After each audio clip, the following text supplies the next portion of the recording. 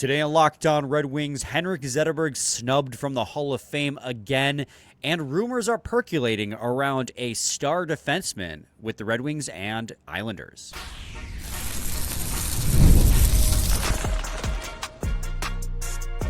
You're Locked On Red Wings, your daily podcast on the Detroit Red Wings, part of the Locked On Podcast Network, your team every day.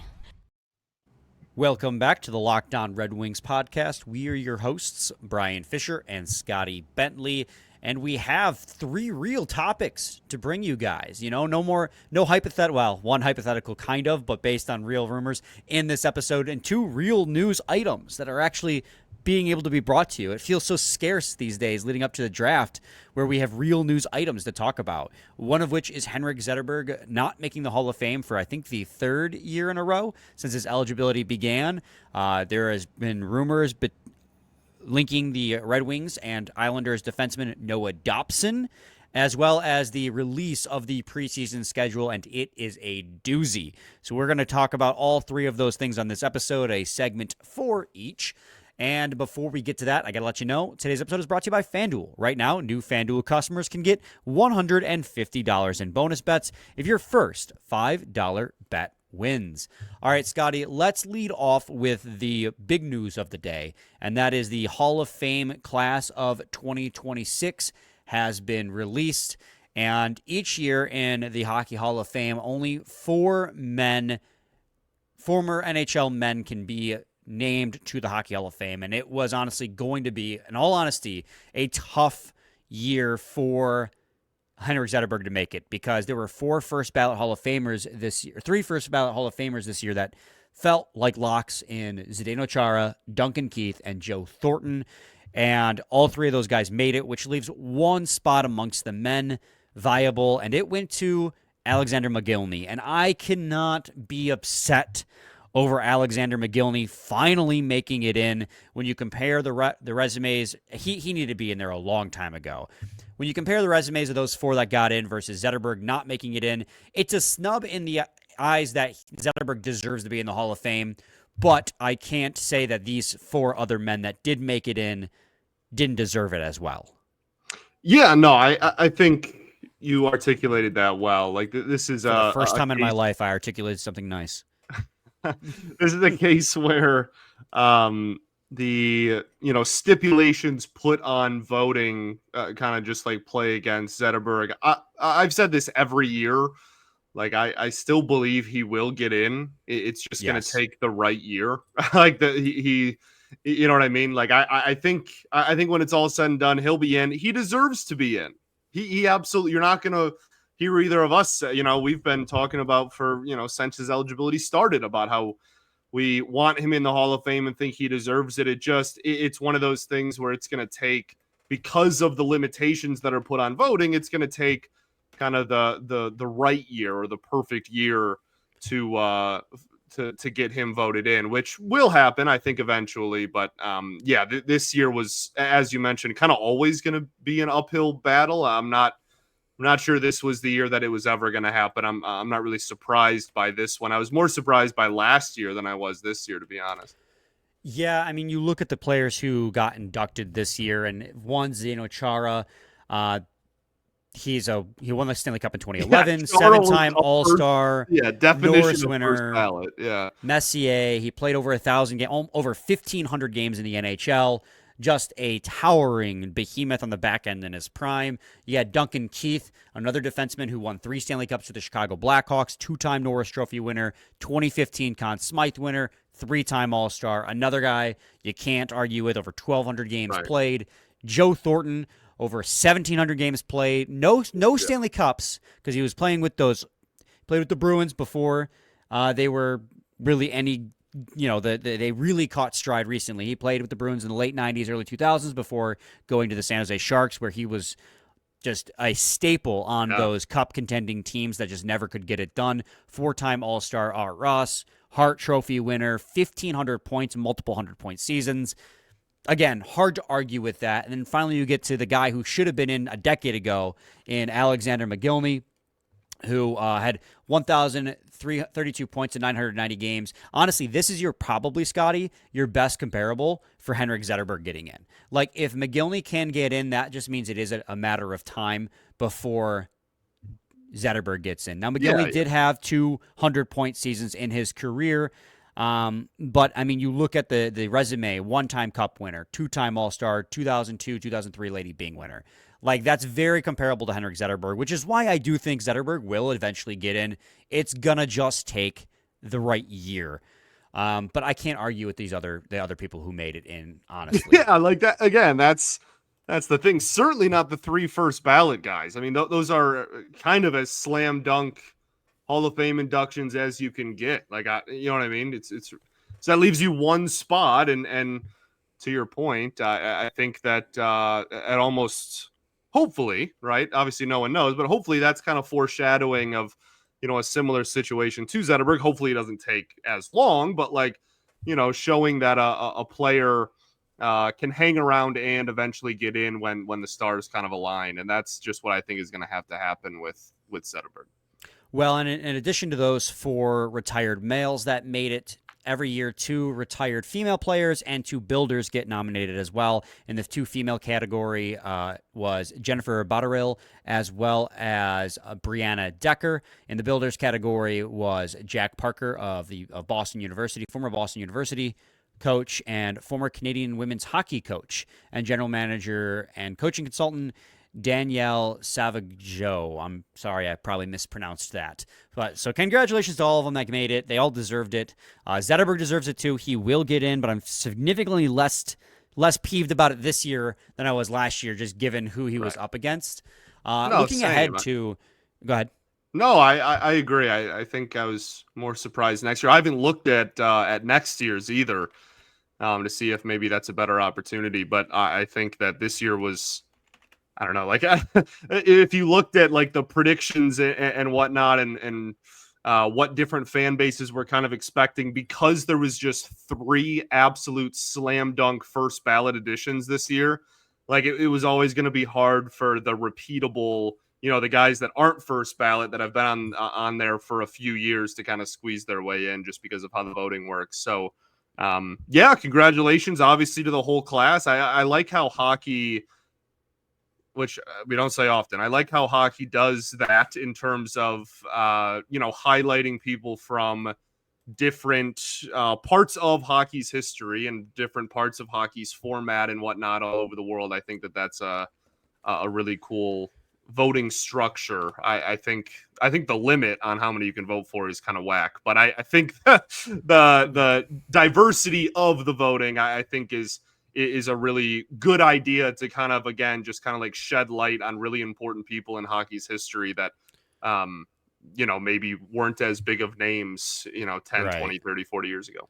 Well, and for Zetterberg's sake, too, right, I said that McGillney might be a good comparable for him going forward. Obviously, Zetterberg never had those multiple 100-point seasons like McGillney did, but he is a Cup winner. He is a 2003 All-Rookie. He got robbed of the Calder Trophy by Barrett Jackman, who never did anything in the NHL after that. Won the 2008 Conn Smythe, one-time All-Star. He won the Clancy Trophy in 2015. Member of the Triple Gold Club because he also won gold with Team Sweden in the Olympics. And he was just the captain of the Detroit Red Wings and a staple for that team for a long time. So it's one of those, again, with I think over 1,000 games played, it's one of those situations where he will get in. It's just going to take a little bit more time because he wasn't as flashy of a player as somebody like Pavel Datsyuk was, who, they played together. They were both integral parts of this organization, but Zetterberg was just more under the radar than Pavel Datsyuk. I think he's going to get in. It's just a matter of time. It honestly is. Yeah, I completely agree. There's some interesting names being added next year as well. Looks like Patrice Bergeron will be on there. Phil Kessel, which is going to be an interesting one given the longevity there. Eric Stahl. And then obviously you have the guys that have been on there for a few years and have yet to get in. Carey Price, obviously Zetterberg. I'm just reading TSN's list. Ryan Getzlow's still on there. Thank you. I've been trying to find it, and I like the 2026. I could not find it for the life of me. So I'm glad that you found it. Oh, well, yeah, there we go. So it looks like the notable uh, first balloters next year are Kessel, Bergeron, and Eric Stahl. Awesome. So it looks like he has a good chance next season. Yeah, Patrice that'll Bergeron be is a better. But lock. then there's the guys that have been on there for a couple of Right. years that also will then, right? Like I just mentioned, Getzlov's probably like borderline, but like Carey Price is gonna Patrick Marleau, like there's guys. there's a lot of really good talent there, obviously. But I think that if you're just comparing this year's class to next year, certainly he has a better chance in 2026 than he did this year, because that was always going to be an uphill battle. Yeah. All right, Scotty, let's head to a quick break. When we return, we'll talk about the Noah Dobson rumors. So stay tuned to segment 2 of Locked On Red Wings. Guys, you've probably heard of Viagra and Cialis. Maybe you've even tried them. But if you're looking for something beyond the usual pill, it's time to meet Rougerette Ready. Rougerette Ready is next-gen prescription treatment designed to amplify arousal in the brain and boost blood flow. Unlike the usual pills that can take hours, Rougerette's 3-in-1 formula dissolves under your tongue and kicks in fast, on average in 15 minutes. Effects can last up to 36 hours, so you can stay confident and control when the moment is right.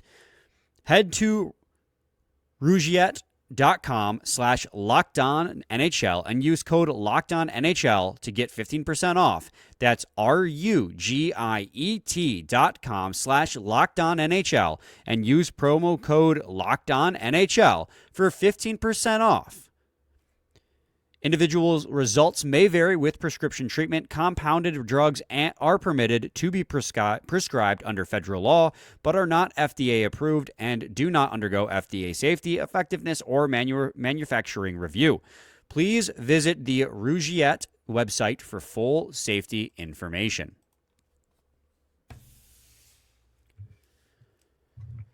Segment 2. Locked On Red Wings podcast. All right, Scotty, on Sunday, I think there were some rumors circulating in NHL Twitter about the Red Wings kicking the tires on Noah Dobson of the New York Islanders. A trade proposal even leaked that has since been refuted, but it was JT Compher, Jonathan Berggren, and I believe this year's first-round pick for Noah Dobson. Now, that has since been refuted as like not being real, that part, but from all the rumors I can see, and another article by Daily Faceoff's Matt Larkin, who again, he is just speculating, it feels like the interest in Dobson at the very least is pretty real by the Red Wings as they look to figure out what the direction of that team is after they fired general manager and president of hockey operations, Lou Lamoriello. So, Scotty, I mean, what is there to even there? Usually here's where I go, do you want Noah Dobson? But the answer here is pretty resounding yes. I guess it would be, what does he bring to the Red Wings that we could use? You had a pretty darn dynamic player to your blue line, and it's something that this team, we have talked at length about how shallow the blue line is outside of the clear two best defensemen on the team. And this immediately helps that and helps address that right shot defenseman. There's a lot that I think there's a lot to like. Obviously, Brian has very notoriously loved the Islanders style of play, and Dobson has been kind of a fixture, if you will, in that. Getting a ton of minutes, obviously a team that's so defensive minded. So if you want someone that has played in a defensive system and will continue to thrive, playing defensive style hockey, he can do that. But he also had 70 points in 79 games 2 seasons ago. So yeah, man, you're getting a guy that has got Norris votes. He's only 25 years old. As you said, resounding yes. Yeah, I mean, this is a guy that you can use in any situation with an asterisk. Like, he played 48 minutes of penalty kill time this last season, but you mostly are getting him for his puck moving capability and his offense. He had a down year this last year, right? You mentioned he had 70 points 2 seasons ago, but this past season he had 39 points in 71 games played. And yes, I don't like the Islanders, with the exception of Noah Dobson. I was saying when he was on that 70-point pace 2 years ago. With the exception of people were rumored to get. Then I like those guys. In guys that we're in the mix on. Even like, I don't know, like you mentioned the down year. Obviously 30 points is I'm not trying to pretend like that's a small margin. Like, that's a big gap. But like, the goals were in line with what they've always been. He actually had the exact same goal total. He had 30 fewer assists and played a minute less on the ice. So like, my point is, I don't think it's as simple as just like, oh, like he had a down year offensively. Like, I don't know, maybe he just didn't have as many like secondary assists like this year. Like, I don't know. I don't really think it's that deep, especially at that position and what he would bring to the Wings. Like, you're not bringing him in to be like a dynamic playmaker quarterback. Like, you have that kind of covered if you really want it. Like, you are bringing him in to be an anchor on this blue line, and he would exactly be that. Well, on top of that too, like, he's another right shot defenseman. He's 6'4". He's not small. Like, this is a guy that it's a no-brainer. If you can bring him in, do it. Move the first round pick. You know, the big right. Are we kidding? The problem with him is that he's going to need a lot of money. His projected cap, because he's an RFA this offseason, whose projected contract is 8 years, $10 million. Because he is a all-situations player at 5-on-5. He's a power play guy, and he plays a little bit of penalty kill here and there, not a lot. But he's also great at it. Like we were talking just now, Scotty, he had a down year, right? His down year with the Islanders still puts him at an 80% percentile overall, with a 61 percentile offense and an 88 percentile defense, playing the toughest minutes, some of the toughest minutes amongst the Islanders. And relative to all his teammates, he was positive. Yeah, he got offensive deployments more than defensive deployments versus the other defenders on his team, but he was playing against tougher competition than a lot of them as well. Like, this is a guy that you can have on your second pair behind Seider, and you'll be set in the top four. My only issue is that, again, same thing when I did my wish list yesterday, right, was that if you sign him to an 8-year deal, now what do you do with ASP? Because you have Noah Dobson and Seider 1-2 on the right side. What happens with ASP? Unless, of course, ASP is going back the other way in this trade, which I guess you could hypothetically see. That'd be a player that I'm sure the Islanders would be asking for in a deal for Noah Dobson, a first, ASP, and what else? But this is it's a guy that would immediately upgrade your defense, and both offense and defense, and you are in sore need for it. Yeah. I mean, obviously, I think most of the fan base would be reluctant to give up ASP, and I don't know. I think you could probably get this done without doing that, but I also think that is not a reason to not trade for a defenseman. Like, you can't have it both ways. You can't be like, oh, like we want to improve the blue line, but we also don't want to block potential like, ASP is not going to be ready next year. If you want to be good next season, you need to add to the blue line and not worry about that. Good players will find ways to play. Like, they'll figure it out, dude. Like, that's like not a reasoning at all for me to not go after a guy of this caliber if that is legitimately an option. I 100% agree.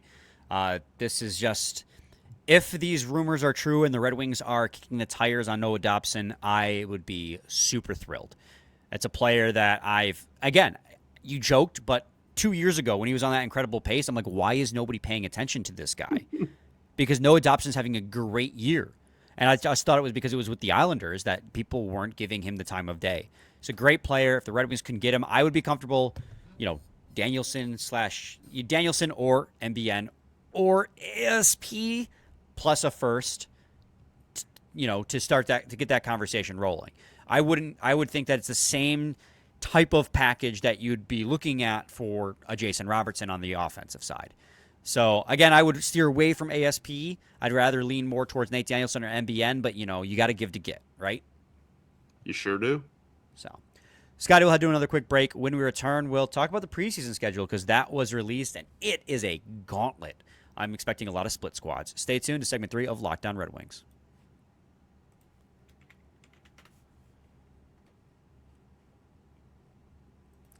Segment 3, Locked On Red Wings podcast. All right, Scott, we are looking now at the preseason schedule for the Detroit Red Wings. On September 23rd, they are playing at home versus Chicago. On the 25th, they're playing at home against Buffalo. On the 26th, they're playing on the road in Pittsburgh. On the 27th, they're playing on the road in Buffalo. On the 29th, they're playing at home in Pittsburgh. The 30th, they're playing in Chicago. This is in September, by the way. I should probably specify, not this month.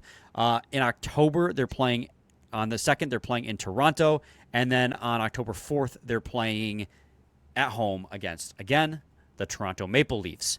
That is, Scotty, 8 games in 12 days for the Detroit Red Wings. 4 in 5 days to start off, right? You got the 25th, the 26th, the 27th, and the 29th. So I guess it's 4 in 5 days. That is insane, Scott. I think your math ability is also insane. I counted. Are you okay? Are you still trying to figure out if you're right? Yeah, you got it. You questioned me, so I was not sure. No, you questioned yourself. You went like back and forth. It's fine.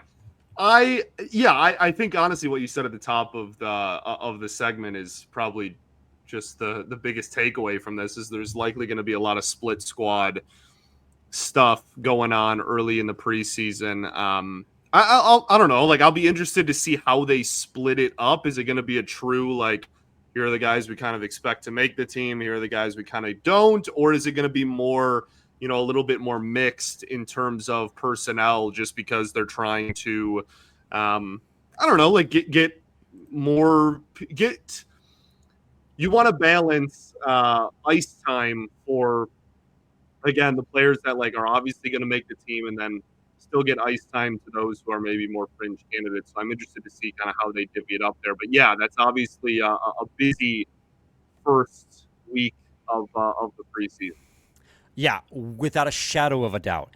It, like you said, it's got to be a bunch of split squads because that's 25th, 26th, 27th. That's 3 games in 3 days, and in 3 different cities, mind you: Detroit, Pittsburgh, then Buffalo. Granted, right. Those are short flights, but still, that's pretty rough. I'm imagining you're going to see one game is going to be like a dress rehearsal. Another game is going to be like all prospects. Usually what they do is if there's games on the road, they do the prospects. If it's at home, they show you more of the regulars because fans are coming to those games. Right. But that is still an insane gauntlet to go through. It's also a lot of games too. I think I saw one. It was either the Devils or was it the Lightning had like 4 preseason games, and the Red Wings scheduled 8. A lot of games. And don't get me wrong. As a fan, I'm excited to have more preseason games because, the season's going to start when the season starts. So this just means we get more hockey earlier because there's more games. Also, from a content standpoint, I like the fact that there's more games. Right. I also think that that's probably not, purely, but maybe somewhat of an indication of, a lot of maybe question marks or fringe candidates going into camp, right? Like they maybe want more of a look at some of those guys that like the Mazers of the world and if Berggren's still around, like there's a little bit more of those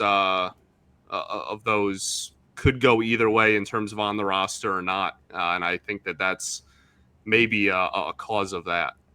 I can't wait, Scotty, for the first prospect to have a good, like one good preseason game, and for me to start going, this guy's gonna make a tough decision here. Did it with Nate I can't Danielson wait for the opposite. Year. I can't wait for a prospect to have like maybe not a great game against like literal NHL superstars, and you go, should we be worried? Part of that too is, one, I do overreact. I wear my heart on my sleeve in every facet of my life, including this job. That's not a bad thing. It's not a bad thing. The other thing, too, is that we're a content machine. So, someone has a bad game, we got to talk about it. Usually the answer is, no, you shouldn't be worried. But like if Kosa goes out there, allows 3 on 15 shots, yeah, we're going to talk about it. It's our job. So, part of it's it's part of the grind. That's